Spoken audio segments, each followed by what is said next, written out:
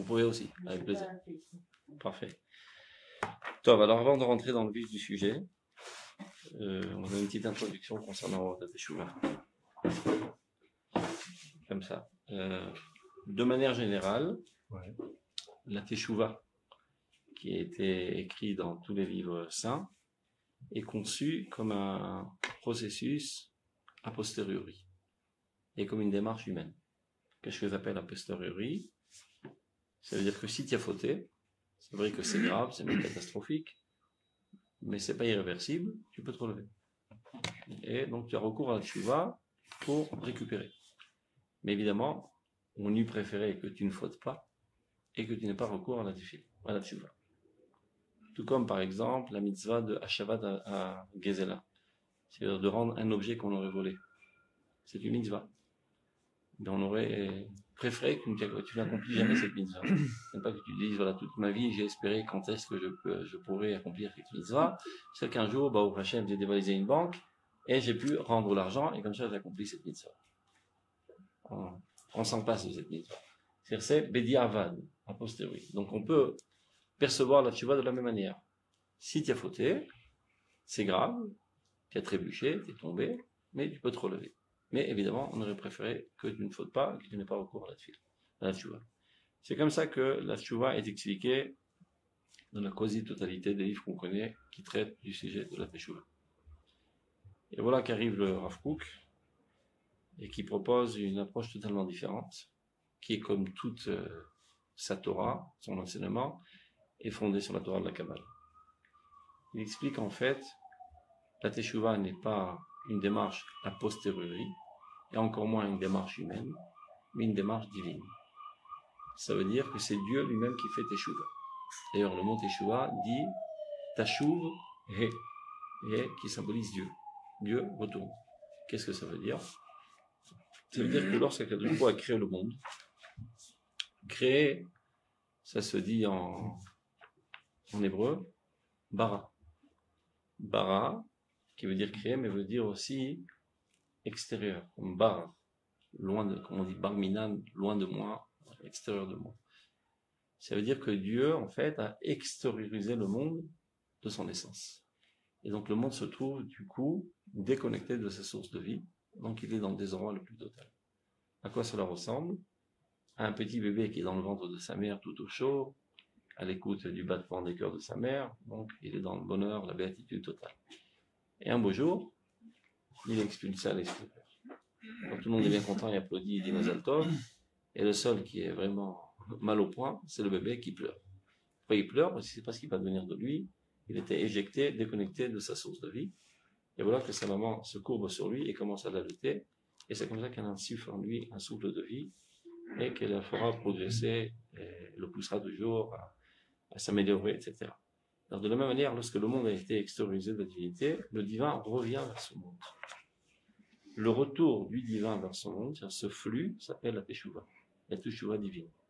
Dans ce flux-là, divin, tout ce qu'il rencontre sur son passage, il le frappe de son flux, et ceci entraîne un développement, une amélioration. Bonjour, vous pouvez vous asseoir. Je ne peux pas prendre les chaises. Dans la salle de côté. Vous pouvez mettre là, les chaises. Donc, ce flux-là, tout ce qui rencontre sur son passage, cela crée amélioration. Il y a deux places pour les rentrer. Il y a encore une ici. C'est bon. Je les mets là au cas où quelqu'un d'autre arrive. Pour l'instant, ils sont organisés. C'est bien? Bien installé? Parfait. Donc, supposons que ce flux divin frappe une fleur, ben, cette fleur, elle subit un processus de grandissement. Donc, le grandissement de cette fleur est le fruit, la conséquence de la teshuvah divine. Le retour du divin vers ce monde, ce flux qui frappe la fleur, et la fleur se voit grandir suite à ce flux. Ça s'appelle teshuvah. Mais non, si ce flux frappe la science, voilà que la science se développe davantage, c'est teshuvah. Si le flux frappe l'art, et l'art se développe davantage, c'est teshuvah. Mais ça n'a rien à voir avec une faute. Non. On y arrive tout de suite. tout ce que ce flux rencontre sur son passage, ça entraîne amélioration, progression. C'est la teshuva divine. Teshuva. Entre autres, dans toutes les créatures qu'il y a dans ce monde, il y a aussi des hommes. Donc lorsque ce flux te frappe sur la tête, chez toi, ça ne te fait pas grandir de manière automatique comme une fleur ou un animal, ça suscite en toi une volonté d'amélioration. C'est ce qu'on appelle Irure Teshuva, des pensées de Teshuva. Alors, bienvenue. Tiens, tu prends une chaise, tu te mets là et de la place. Donc, ces pensées de Teshuva ne sont pas générées par l'esprit humain, mais au contraire sont captées par l'esprit humain. C'est Dieu qui les propulse. C'est de manière plus exacte. Dieu envoie un flux de Teshuva. Ce flux de Teshuva est interprété de manière différente selon les réceptacles différents. Si c'est sur une fleur, ben ça fait tout simplement, ça le fait grandir. Si c'est sur un homme, ça suscite en lui une volonté d'amélioration. En quoi? Dans tous les domaines de la vie. Pas seulement dans le domaine étroit de la religiosité ou de la morale, dans tous les domaines de la vie. Supposons que cet enfant était un cancre à l'école et qu'il avait toujours 0 dans tous ses examens de maths, et un beau jour, il décide de se prendre en main, prise de conscience, ceci vient suite à ce flux de teshuva qui le suscite de s'améliorer. C'est teshuva. Supposons que c'est quelqu'un qui était tout flasque et tout faible, et avec une grosse bide, et un beau jour, il dit, le temps est arrivé de me remettre en forme du point de vue corporel. C'est aussi teshuva. Teshuva corporel, et d'ailleurs, il commencera son livre par la teshuva corporelle. C'est clair? Donc, pour résumer ce qu'on a dit jusqu'à présent, surtout pour les retardataires, donc, la teshuva n'est pas un processus a posteriori de l'homme seulement s'il a fauté. La teshuva n'est pas une démarche humaine, birlal, mais une démarche divine. Le divin qui a créé ce monde, et le monde qui est déconnecté donc du divin, sa création, c'est-à-dire extériorisé, revient vers son monde. Ce flux, il est constant. Et tout ce qu'il rencontre sur son passage, il entraîne amélioration, progression. Et là, entre autres, lorsque l'homme a fauté, donc il se trouve c'est quoi la nature de ce flux? C'est le divin lui-même, l'émanation du divin dans ce monde. La vitalité divine qui fait vivre tous les mondes, qui n'est pas statique, mais qui est dynamique et constante. C'est-à-dire, Dieu est source de vie et il envoie des flux de vie constamment dans ce monde. Et tout ce que cela rencontre sur son passage, ça fait améliorer, ça fait pousser, ça fait progresser la science, l'art, le sport, la technologie, le nationalisme, l'universalisme, tout ce qui existe dans ce monde, en fait, toute la progression de la civilisation humaine n'est que la conséquence de la teshuva divine. Maintenant, entre autres, dans tout cette teshuva cosmique, etc., ben, il y a aussi l'homme avec ses petits problèmes, ses complexités, au niveau de la religiosité, au niveau de la morale. Donc, s'il a chuté, il est tombé en dessous du niveau auquel il se trouvait. Il peut aussi avoir recours à la teshuva pour se remettre à point. C'est clair? Donc, la teshuva n'a pas été créée a priori pour les pécheurs, mais pour tout le monde. Chaque être, de manière constante, est appelé à progresser dans tous les domaines de sa vie. Le fait même de rester dans un état statique, c'est la pire des fautes. C'est d'aller à contre-courant de la vie. Car la vie, elle est dynamique, elle est en progression constante. De jeter l'encre, de dire, voilà, maintenant je me suis positionné, je reste où je suis, c'est la faute, la pire des fautes. Tu es appelé à progresser. Donc si on prend une métaphore, en fait, on pourrait comparer la teshuva à une sorte d'ascenseur qui est censé t'élever du niveau 0 au niveau infini. Maintenant, Bediavad, si déjà tu as dégringolé dans les escaliers et tu es arrivé dans la cave au minus -4, tu peux aussi avoir recours à la teshuva pour retourner à ta place. Mais si déjà tu es monté dans l'ascenseur, ne fais pas l'idiot, ne retourne pas au niveau 0, reste dans l'ascenseur et continue à gravir les échelons et aller vers l'infini. Donc la teshuva, c'est bien clair, c'est pas a posteriori, c'est pas une démarche humaine, c'est une démarche divine, et pas besoin de fauter pour faire teshuva. On est toujours appelé à faire teshuva, qui veut dire amélioration constante. Constamment. À tous les êtres, pas seulement les hommes. Tout ce qui existe, toute existence. Pourquoi il y en a qui... Ah, mais non. La différence entre une plante et un homme, c'est que la plante ne peut pas refuser que ce flux la traverse et la fasse progresser. Il n'a pas de libre choix. Alors que l'homme, ce flux vient jusqu'à ta tête. Il est traduit chez toi comme une pensée qui te suscite une amélioration. Maintenant, c'est à toi de décider de vouloir t'améliorer ou bloquer. Rejeter ça dans ton subconscient et ne pas y faire cas et faire du surplace ou encore pire dégringoler. Donc là, il y a ton libre arbitre. Mais c'est pas toi qui génère ces pensées d'amélioration.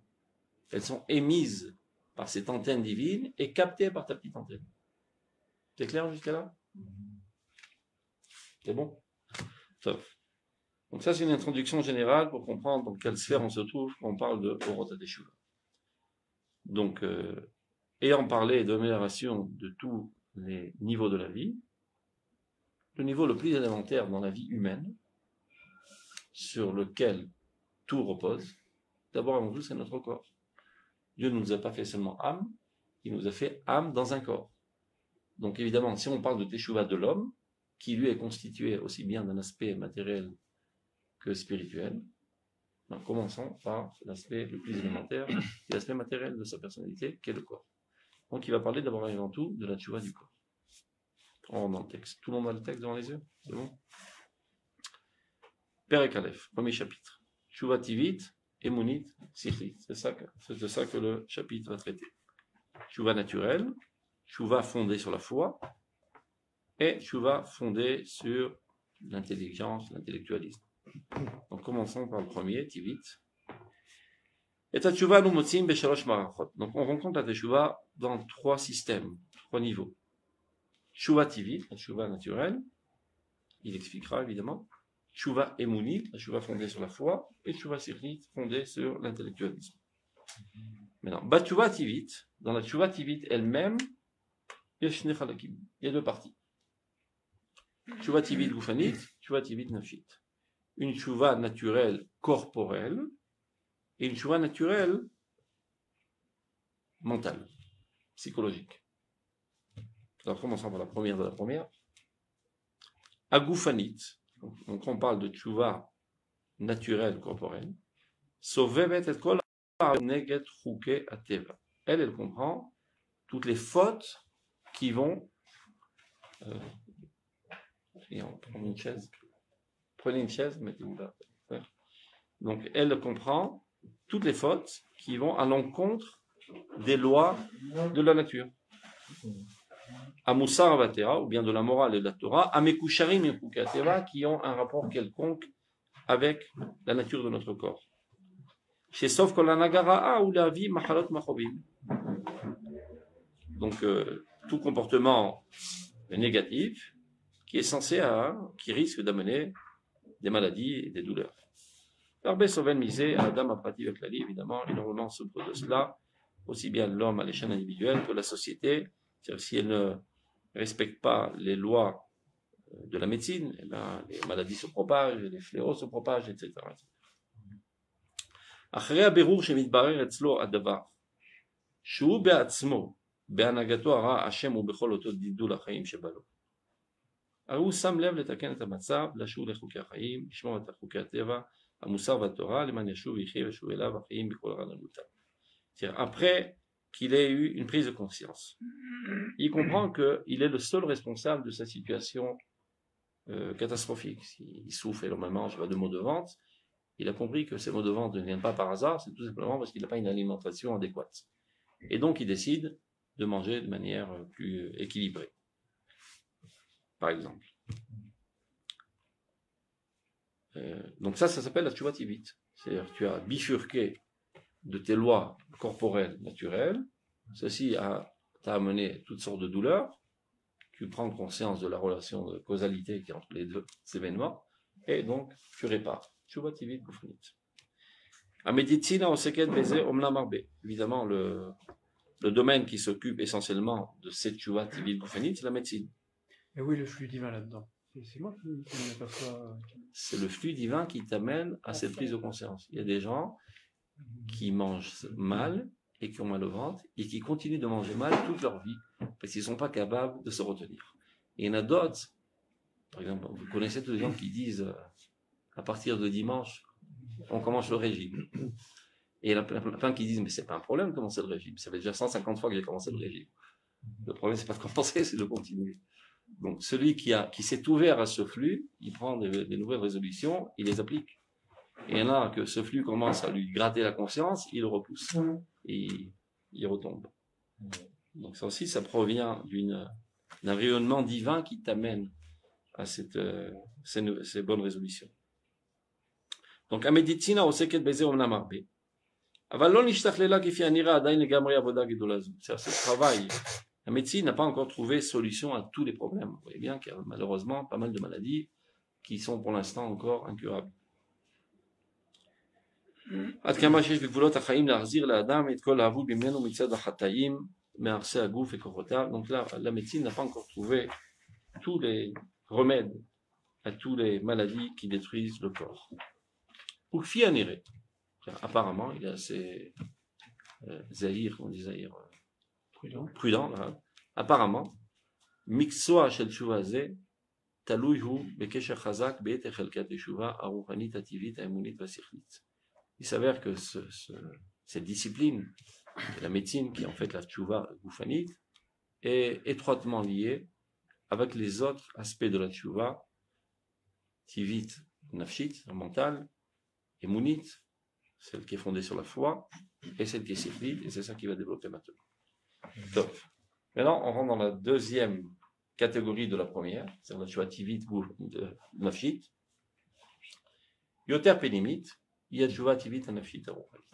Maintenant, pénétrons encore plus l'être humain, après qu'on s'est occupé de l'écorce superficielle qu'est le corps, pénétrons dans sa psychologie, dans son monde mental. Question. Oui. Quand on fait de chouva, si on fait de chouva, quand on écoute le flux divin, etc., est-ce que l'ordre dans lequel c'est décrit ici, c'est d'Afka ou pas spécifique? Est-ce que c'est juste, ça doit être dans cet ordre? C'est mieux que ça soit dans cet ordre, que ce soit famille, mental. C'est ce que j'ai dit. Quand l'immeuble commence à s'ébranler, vérifions d'abord les fondations. Et les fondations de notre personnalité, c'est d'abord le corps. Évidemment. D'autant plus qu'il dit qu'il y a une corrélation étroite entre les autres niveaux et ce niveau. Donc, c'est pas par hasard. Donc, commençons d'abord par vérifier les fondations. Que le corps tient la route, sur ça, on commence à construire des étages supérieurs. Donc, yoter penimit, plus profond. Il y a tshuva tivit et nafshit. Non pas de la tshuva naturelle, mentale. Ou mashekori musar klayot. C'est ce qu'on appelle la morale des reins. Qu'est-ce que ça veut dire musar klayot? C'est un terme qui vient de Chazal, qu'on appelle aujourd'hui en français matzpoun. On dit matzpoun, la conscience, la bonne conscience. J'ai mauvaise conscience quand je me comporte de la sorte. D'où provient cette mauvaise conscience? Clayot, c'est un rein, non? Klayot, c'est les reins. Qu'est-ce que ça veut dire? Je vais un petit peu développer. Chazal nous dit Klayot yoatzot. Ça paraît bizarre, non? Les reins nous conseillent. Quel rapport entre les reins et les bons conseils? Mais il s'avère qu'il y a une corrélation étroite entre les capacités mentales de notre âme et les aspects physiologiques de notre corps. Il y a des choses dont on a l'habitude. On a l'habitude de dire qu'on réfléchit avec notre cerveau. Ça paraît un petit peu bizarre parce que la réflexion, c'est une démarche totalement abstraite de l'âme. Et pourtant, on sait bien que la réflexion se situe, on ne sait pas comment l'expliquer, dans le cerveau. On a l'habitude de dire que nos sentiments ont un rapport avec notre cœur. On ne voit pas exactement le rapport entre une pompe qui pompe du sang toute la journée et les sentiments, mais on a l'habitude de dire cela. Ou l'ovdo, bechol bafrem, hein? On voit. Quand tu es en extase, en émotion, le cœur bat plus vite, donc on voit qu'il y a un rapport. Ben, il s'avère que ce ne sont pas les seuls rapports. Ça veut dire que le corps n'est que la projection de l'âme. Et la projection de l'âme en tridimensionnel. Alors, prends une chaise, là. Donc, les fonctionnalités de l'âme, il s'avère qu'ils ont un rapport étroit avec le corps. Donc, Chazal nous dit Klayot yoatzot. Qu'est-ce que ça veut dire? Quel est le rôle physiologique des reins? D'épurer le sang constamment. De choisir le bon, c'est faire un tri entre le bon et le mauvais. Donc, dans l'âme aussi, on a cette capacité de faire un tri entre les bons comportements et les mauvais comportements. Donc, c'est pour ça que Chazal disent Klayot Uratzot. D'ailleurs, Chazal nous enseigne que Avram Avinu a appliqué toute la Torah. Bien qu'il n'était pas au Mont Sinaï, il n'a pas eu le mérite d'être dans la révélation divine au Mont Sinaï. Donc, d'où il connaissait la Torah. Alors, il dit ça de manière métaphorique. Shne Rabbanim yashvulo beklayotav velimdulo et kol Torah kula.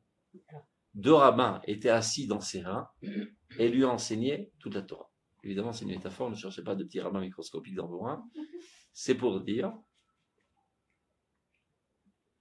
comme une autre métaphore, Tinok bim'ei imo, ner dolek al rosho, vetsofe mesof olam vatsofo, velomet kol Torah kula. Le bébé, lorsqu'il est dans le ventre de sa mère, il a une bougie sur la tête, encore une fois, ne cherchez pas la bougie, et il scrute le monde d'une extrémité à l'autre, et il étudie toute la Torah. Ça veut dire que lorsque Dieu a créé l'enfant, est déjà gravé dans sa nature même les lois de vie qui sont les lois des mitzvot. Les mitzvot ne sont pas une adhérence à un comportement, une idéologie qui est extérieure à notre nature, mais ce sont en fait seulement l'expression de notre nature propre qui est gravée en nous.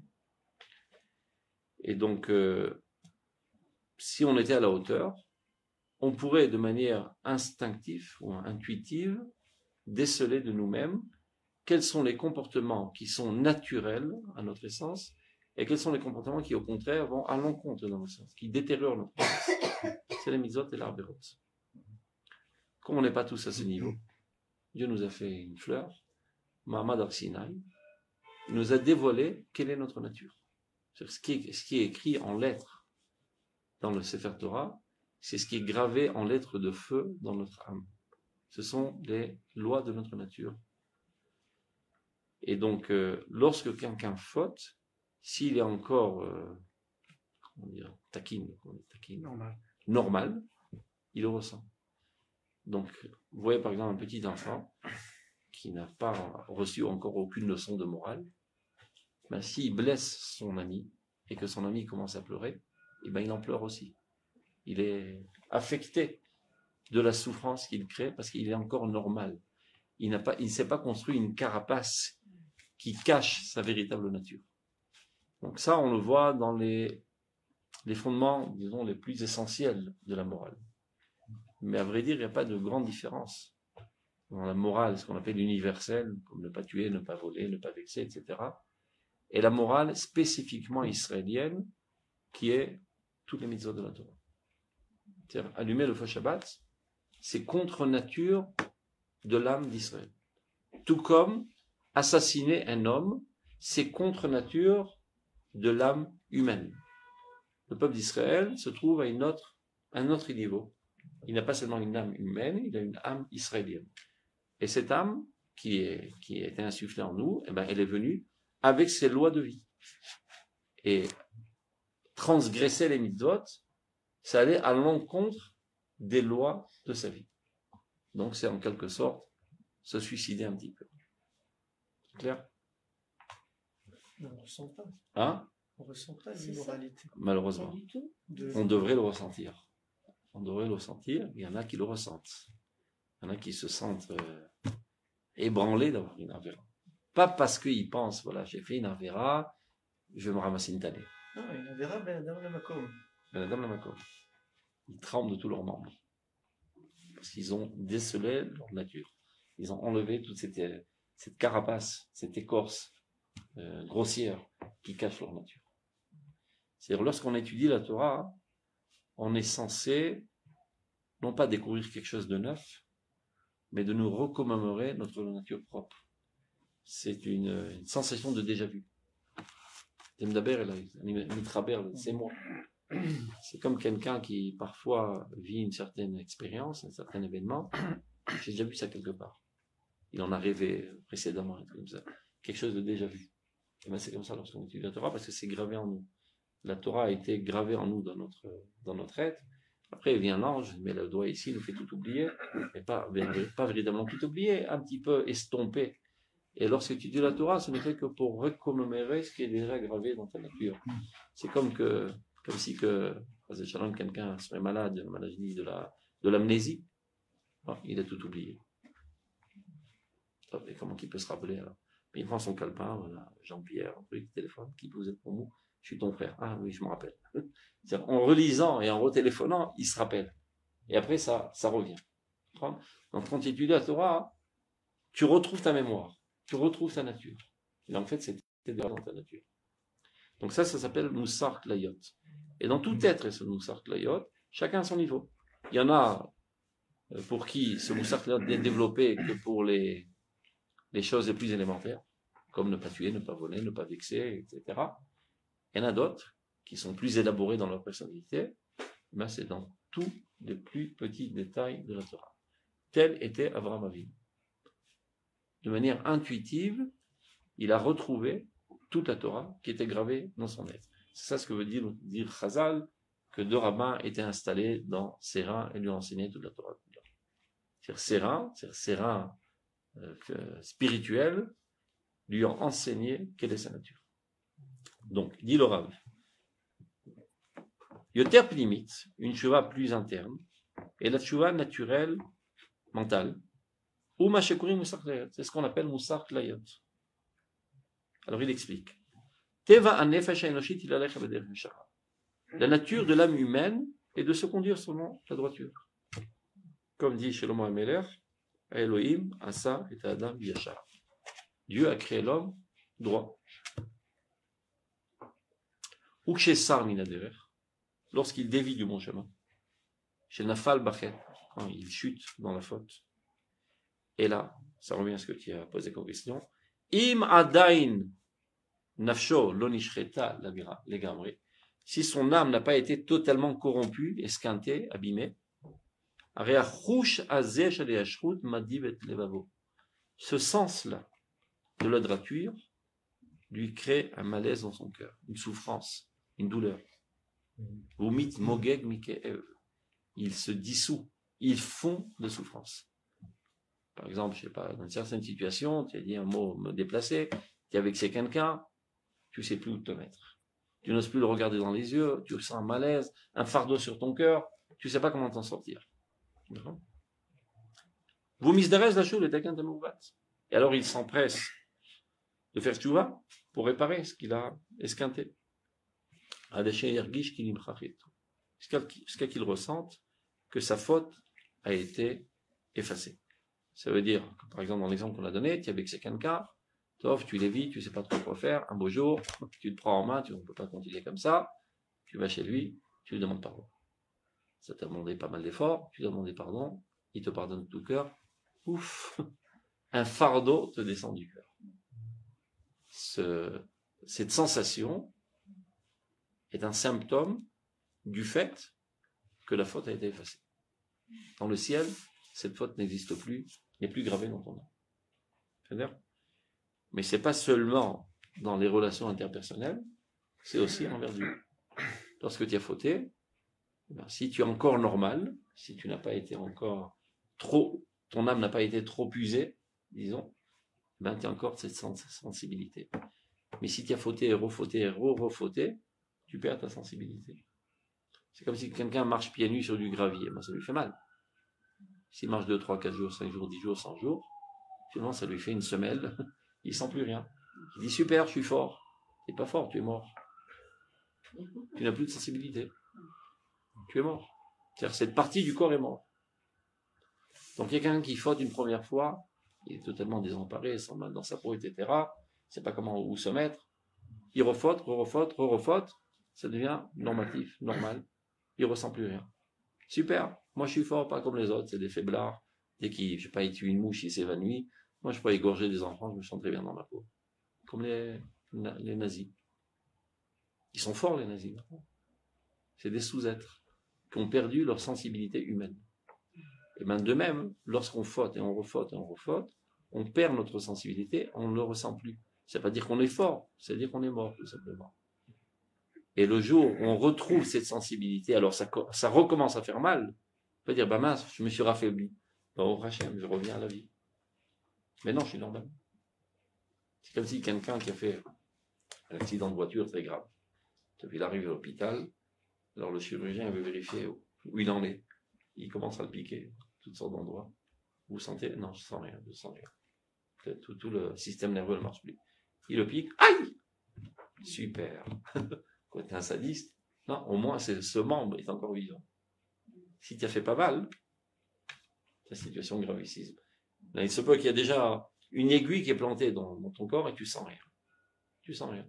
Et un beau jour, tu commences à le ressentir. Ça ne veut pas dire que tu t'es affaibli. C'est-à-dire que ce membre a commencé à ressusciter et que tu commences à ressentir la faute. Donc, il y a une faute que tu fais déjà depuis bien longtemps.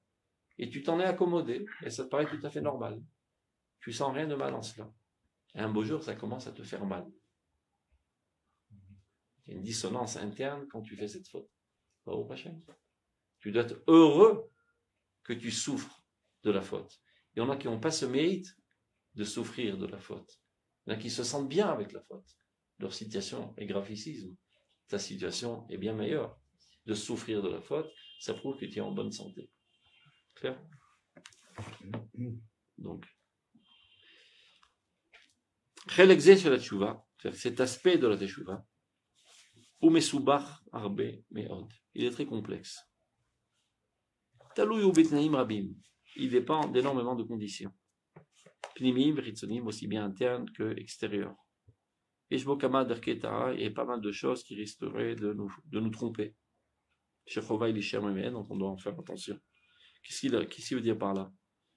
Ça dépend très souvent dans quelle atmosphère tu as évolué. Si par exemple chez toi c'était tout ça naturel entre tes parents de se tabasser les uns les autres, de s'insulter les uns les autres, tu as grandi dans cette atmosphère, tu vois rien de mal à vexer les gens parce que c'est le sport national dans ta famille. Comment on appelle ça? Se jeter les uns les autres, se mettre en boîte. On rigole, on est entre copains, on rigole, on se jette des flèches, on rigole bien. En fait, on rit jaune, et c'est une véritable graphicisme pour laquelle, dit la Torah, il vaut mieux se jeter dans le feu que le faire. Il vaut mieux se jeter dans le feu que vexer son prochain. Mais c'est la norme, tu as grandi dans cette ambiance. Donc tu ne ressens pas ce qu'il y a de mal en cela.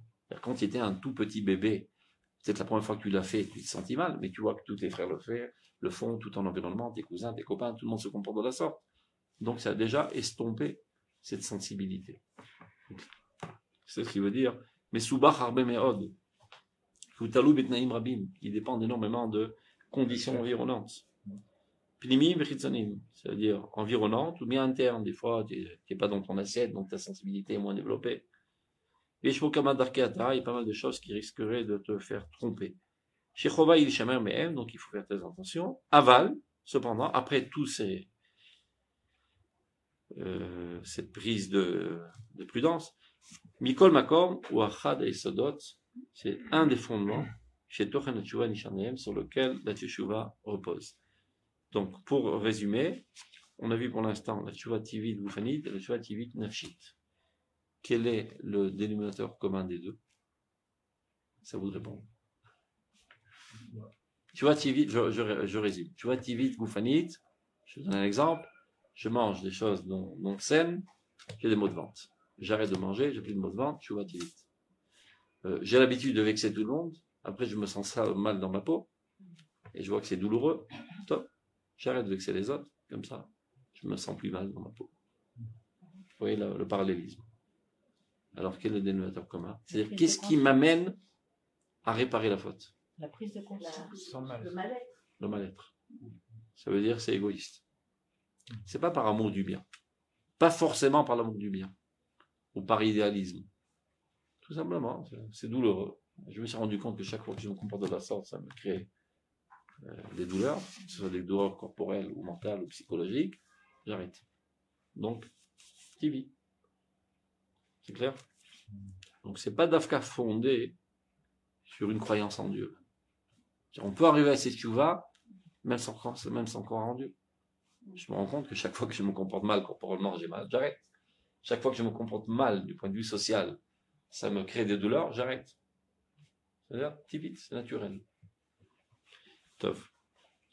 Sur cela apparaît la teshuva émounite. Acharei teshuva ativit, et il y a un accent qui est mis sur acharé, c'est-à-dire on ne peut pas sauter les échelons. Après ce niveau, Ba'a Emunit, apparaît la tchouva qui, elle, est fondée sur la foi. Qui prend sa source dans la tradition de la religion, qui traite énormément de la tchouva. La Torah la Torah promet à tous ceux qui font tchouva le pardon.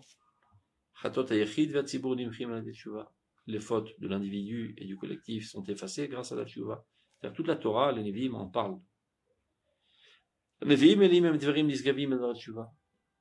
Les prophètes en parlent énormément, des choses très très hautes, très enthousiasmantes de la tchouva. Bichlam, au manière générale, toute la valeur de la réprimande qu'on rencontre dans la Torah, est fondée sur la tchouva émonite. C'est pas parce que tu as un ressenti de malaise que tu fais tchouva, tout simplement, la Torah t'ordonne, comporte-toi de cette manière, et pas d'une autre manière. Donc si tu veux être en proximité de Dieu, tu dois te comporter d'une manière et pas d'une autre manière. Donc, il y a énormément de détails,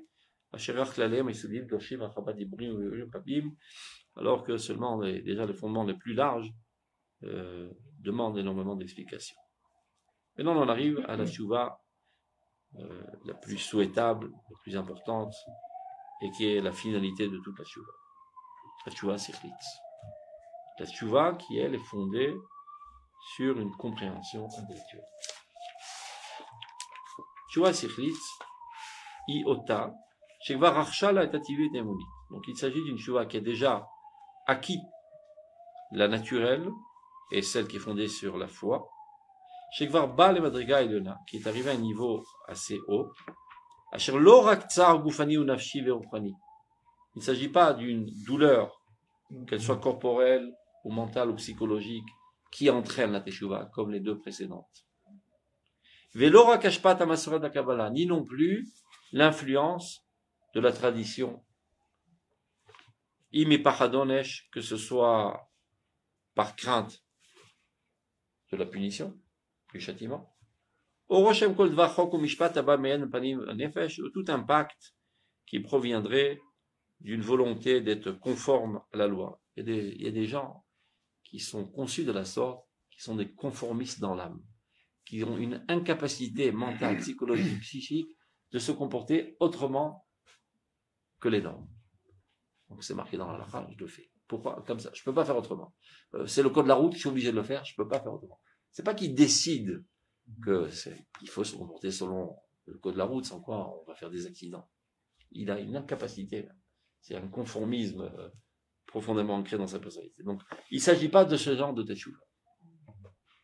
Pas tous ces facteurs, gormim, em et teshuva, entraînent la teshuva. Ki'im, et là on en arrive à la définition, mais plutôt, akara brura, une conscience parfaite.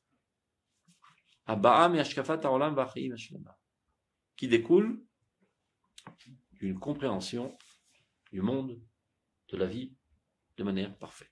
Ça veut dire, c'est une conception de la finalité de la vie, de l'essence de la vie. Qu'est-ce qu'on fout dans ce monde? Produit à créer le monde. Quelle est la finalité du monde? Quel est l'objectif du monde? Dans tout cet objectif cosmique, quel est l'objectif du peuple d'Israël? Quel est le rôle du peuple d'Israël?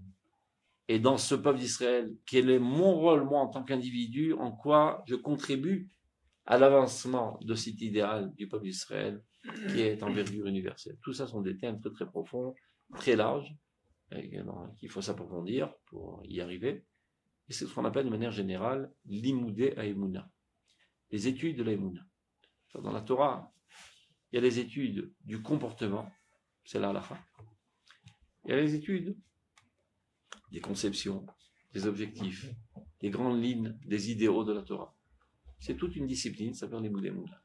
En s'approfondissant dans cette discipline, on a de fortes chances d'arriver à la tchouva sichlitz.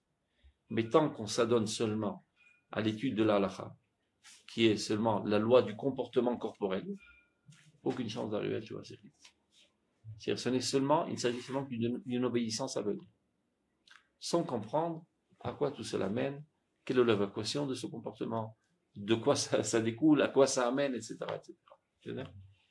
Asher alta lema alata, évidemment, on arrive à ce niveau.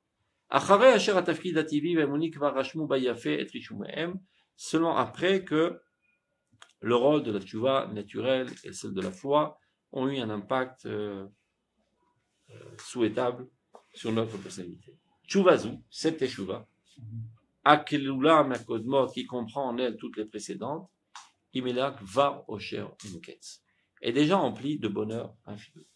C'est-à-dire dans les autres teshuvot, par exemple la tchouva qui est fondée sur la croyance seulement, l'obéissance.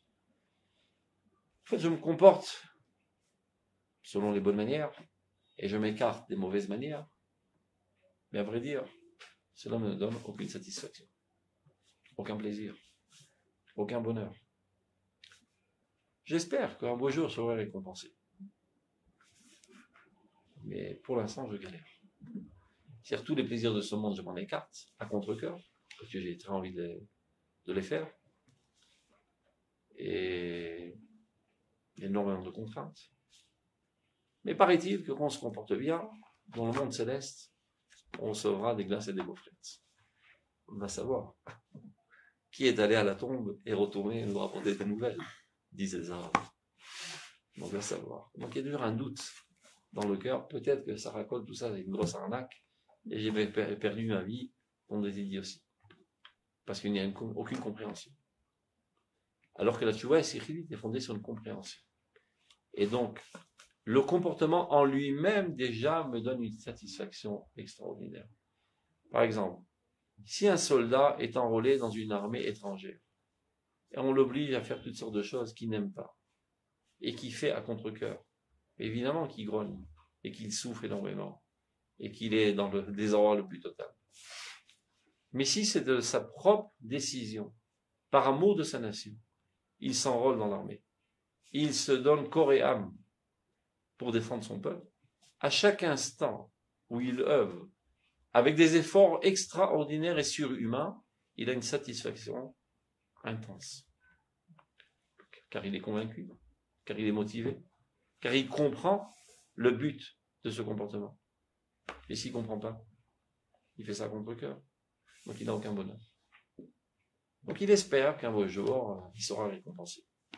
Alors que ce bonhomme-là, il est déjà dans la bas. Il vit déjà ce monde édénique. Et plus encore, il sait parfaitement qu'il est lui le constructeur et le bâtisseur de ce monde à venir. Car ce monde à venir ne va pas venir de lui-même.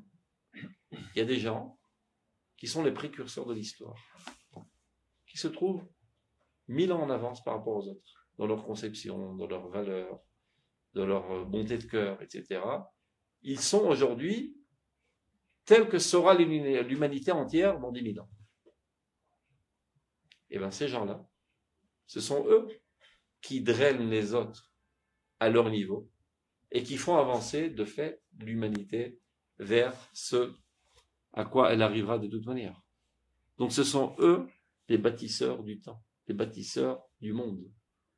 Et il n'y a pas une plus grande satisfaction dans ce monde que d'avoir un rôle si important, d'être associé à Dieu, à l'avancement de l'histoire dans le bon sens. Donc cette tchouva-là est une tchouva qui procure à l'homme un bonheur intense. Ça s'appelle tout simplement de l'idéalisme. Un idéaliste qui travaille nuit et jour pour concrétiser son idéal, mais il ne fait pas ça à contre-cœur. On lui dit, mais tu ne peux pas te reposer de temps en temps? Eh ben non, si je me repose, je me suicide, il n'y a plus de raison d'être. C'est la seule chose qui me donne sens à ma vie et envie de vivre. Il ne fait pas ça par effort. D'arrêter de s'efforcer, c'est le pire des enfers. Ils n'ont pas de repos. Comme il est dit, ils iront de combat en combat. Ils peuvent pas sortir en vacances de temps en temps, et bien leurs vacances, c'est de ne pas être en vacances. C'est d'être en effort constant. Et si un jour on leur dit, voilà, monsieur le rabbin, merci, vous avez rempli votre mission, vous sortez, voilà, pension, qu'on dit pension. La retraite, c'est fini. Comment ça, c'est fini? Plus de raison d'être. Se tire une balle dans la tête. Toute sa raison d'être, c'est de faire avancer les choses. D'être en effort constant et de drainer les autres progresser dans le bon sens. Et c'est ça leur bonheur, c'est ça leurs vacances, d'être en effort constant. Et vu qu'ils étaient dans cette dynamique de ce monde-ci dans le corps, même dans le monde de l'au-delà, ils continueront aussi de drainer l'humanité dans le bon sens par d'autres canaux. C'est bien. Donc, la première tchouva, ça parle des mots de ventre. Les mots de vente, La ou bien des mots deuxième, d'âme. c'est les mots d'âme. La Enfin, troisième, les morales. c'est Et la obéissance. troisième, c'est quoi? Obéissance. La Torah a dit, c'est interdit, Sujet. il ne faut pas allumer le feu Shabbat, n'allume pas. Il ne faut pas manger taref, je ne mange pas. C'est Il ne faut pas vexer mon copain, je ne vexe pas. C'est quoi l'idéal maintenant? Après, Le ça- l'idéalisme. dont C'est vous pas avez encore parlé. l'idéalisme. L'idéalisme, Ah. c'est la Tchouva, c'est Chlit. Ah, C'est la d'accord. quatrième. C'est fait. C'est-à-dire, je comprends, je suis motivé, je suis électrifié par cet idéal. C'est ça qui me pousse à faire. Pas seulement par obéissance pour Dieu. Évidemment, ça commence par une obéissance pour Dieu, mais je comprends l'idéal divin. Et je suis totalement associé à cet idéal divin. Ça implique de le comprendre. Évidemment. Donc, aucune chance d'arriver à Tchouva Sikhli sans Sechel. C'est la vérité de la palisse. Ça adore. Donc, on termine. Tchouvazu, aklula makodmot, imela gvar o sherenketz. Elle procure déjà un bonheur intense. Pas besoin d'attendre que dans un autre monde je recevrai une récompense. Pas besoin de récompense. Ma récompense, c'est mon activité elle-même. Et seule elle est capable de renverser toutes les fautes en mérite. On y arrivera plus tard, il expliquera ça dans le livre. Ce Chachamim explique dans le Gemara qu'il y a une tchouva chez Ofechet Zdonot les Shgagot et une autre tchouva chez Ofechet Zdodot les Sruyot. Les péchés en shogeg, ça veut dire, comment on dit shogeg, Sans faire exprès. voilà, involontaire, donc c'est neutre. Ou bien, ça renverse totalement. Les péchés sont convertis en mérite. Ce genre de teshuva est capable de convertir les péchés, les fautes, en mérite. Il explique comment. Mikol ashgiot imotia limudim nisraelim. De toutes les erreurs, elle en tire des leçons suprêmes. Après avoir fauté, il comprend en quoi le mal est mal, en quoi le mal va en contresens, il devient encore en plus amoureux du bien. Donc, le mal est un catalyseur qui l'a amené au bien. Il devient lui-même bien. Ou Mikolach Palot, Aliot Nedarot, et de toutes les chutes, des élévations sublimes.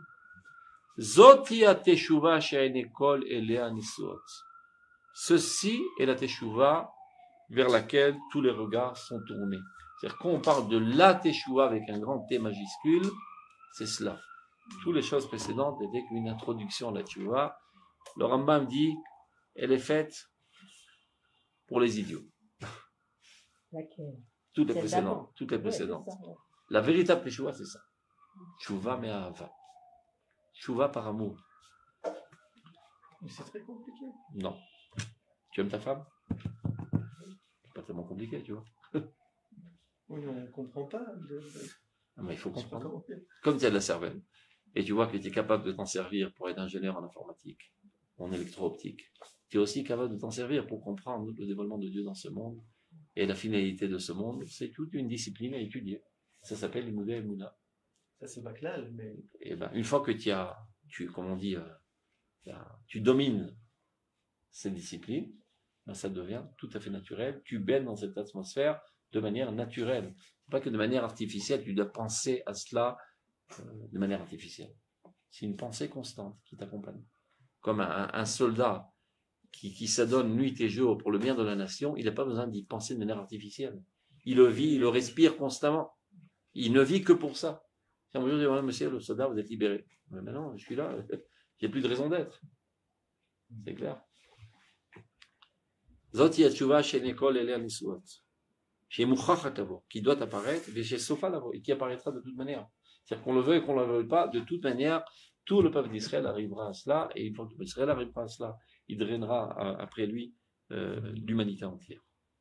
C'est clair? Vous en avez assez pour aujourd'hui? C'est bon. À la prochaine. Donc, soyez alors la prochaine fois, parce qu'il y a d'autres personnes avec nous, on avait une vingtaine là. Sioum.